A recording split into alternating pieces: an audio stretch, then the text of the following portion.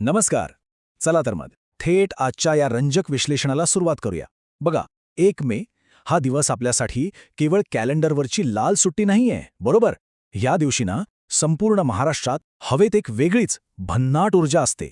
ढोल ताशांचा दंडनाट, चौकाचौकात फडकणारे भगवे झेंडे आणि प्रत्येकाच्या चेहऱ्यावरचा तो अस्सल उत्साह. आजच्या या भागात आपण याच सळसळत्या ऊर्जेमागचा गौरवशाली इतिहास आणि महाराष्ट्र दिनाचा खरा वारसा उलगडून बघणार आहोत. आपला हा आधुनिक महाराष्ट्र नेमका कसा आणि का घडला ह्याची ही एक खास सफर आहे. आता तुमच्यासमोर हे जे वाक्य आहे ना, महाराष्ट्राचा उत्साह, संस्कृती आणि इतिहासाचा उत्सव, हे अगदी 100% खरं आहे.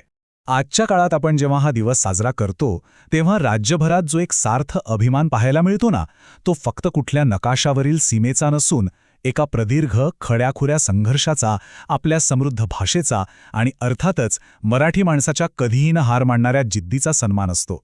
या एका दिवसाचं सांस्कृतिक वजन खरोखरच खूप मोठं आहे. पण मग साहजिकच प्रश्न पडतो की या अफाट राज्यव्यापी अभिमानाचा पाया नक्की रचला गेला तरी कुठे? तर याचं उत्तर दडले एका अतिशय ऐतिहासिक चळवळीत. ती म्हणजे संयुक्त महाराष्ट्र चळवळ. ही एक अशी जबरदस्त आणि व्यापक संघटना होती जिने त्यावेळच्या द्विभाषिक मुंबई राज्यातून केवळ आणि केवळ मराठी भाषिकांसाठी एका वेगळ्या स्वतंत्र राज्याची मागणी केली. मित्रांनो, हीच ती राजकीय आणि सामाजिक चळवळ आहे जिच्यामुळे आज आपण हा महाराष्ट्र दिन एवढ्या दिमाखात साजरा करू शकतोय. कारण हा लढा फक्त एका भाषेसाठी नव्हता, तो आपल्या अस्तित्वासाठी होता. एक विशाल द्विभाषिक राज्य. वळूया पुढच्या टप्प्याकडे. आता हा सगळा इतिहास समजून घ्यायचा असेल तर आपल्याला थोडं मागे जावं लागेल. अगदी भारताला नुकतंच स्वातंत्र्य मिळालं होतं त्या काळात, म्हणजेच 1947च्या आसपास. आता एक गोष्ट लक्षात घ्या, तेव्हाचे राजकीय नकाशे आजच्यासारखे अगदी सुबक आणि भाषेवर आधारित अजिबात नव्हते बरं का.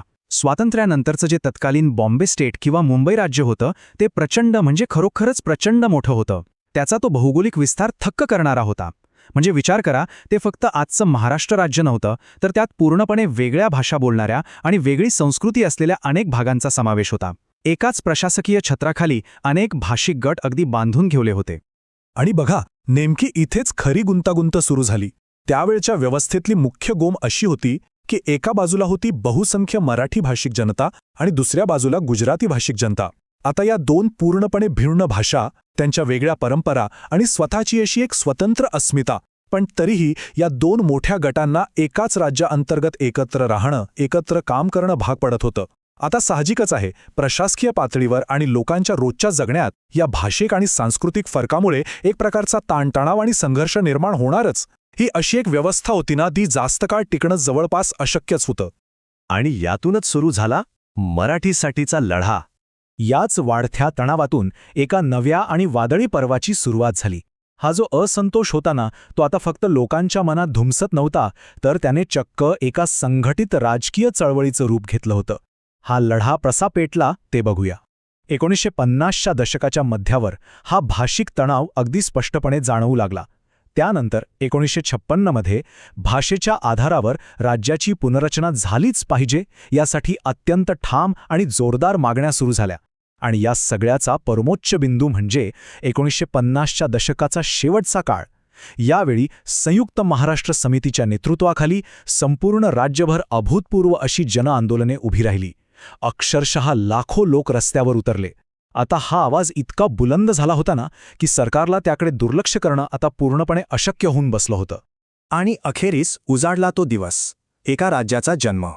शेवटी लोकांच्या या अढळ जिद्दीपुढे आणि अखंड लढ्यापुढे तत्कालीन सरकारला झुकावंच लागलं. या जनआंदोलनाच्या मागण्या मान्य कराव्या लागल्या. एका मोठ्या आणि प्रदीर्घ ऐतिहासिक संघर्षाचं रूपांतर एका नव्या गौरवशाली सुरुवातीमध्ये झालं. आणि तो सुवर्णक्षण आला. वर्ष होतं 1960.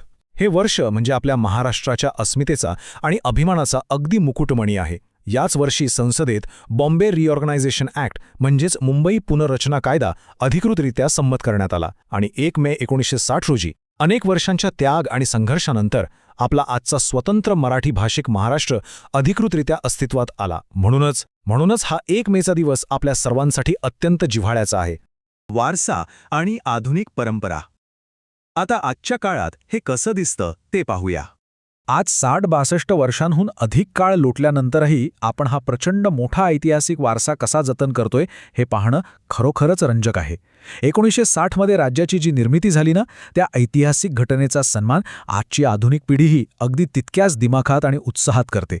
तुम्ही पाहिलंच असेल, राज्यभरात होणारी ती अत्यंत शिस्तबद्ध आणि भव्य संचलने, शासकीय इमारतींवर मानाने फडकणारा झेंडा आणि होणारे ध्वजारोहणाचे कार्यक्रम, राजकीय नेत्यांची या गौरवशाली इतिहासाला उजाळा देणारी भाषणं आणि सर्वात महत्त्वाचं म्हणजे आपल्या महाराष्ट्राची खरी ओळख असलेले ढोल, ताशे, लेझीम, लावणी यांसारखे पारंपरिक सांस्कृतिक कार्यक्रम.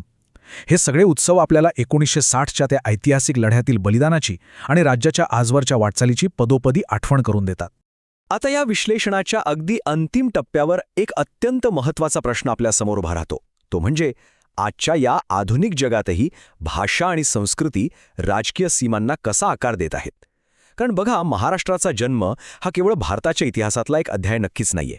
भाषिक ओळख आणि सांस्कृतिक अभिमान हे मुद्दे जगभरात आजही किती प्रभावी आणि निर्णायक ठरू शकतात याचं हे एक उत्तम आणि जिवंत उदाहरण आहे.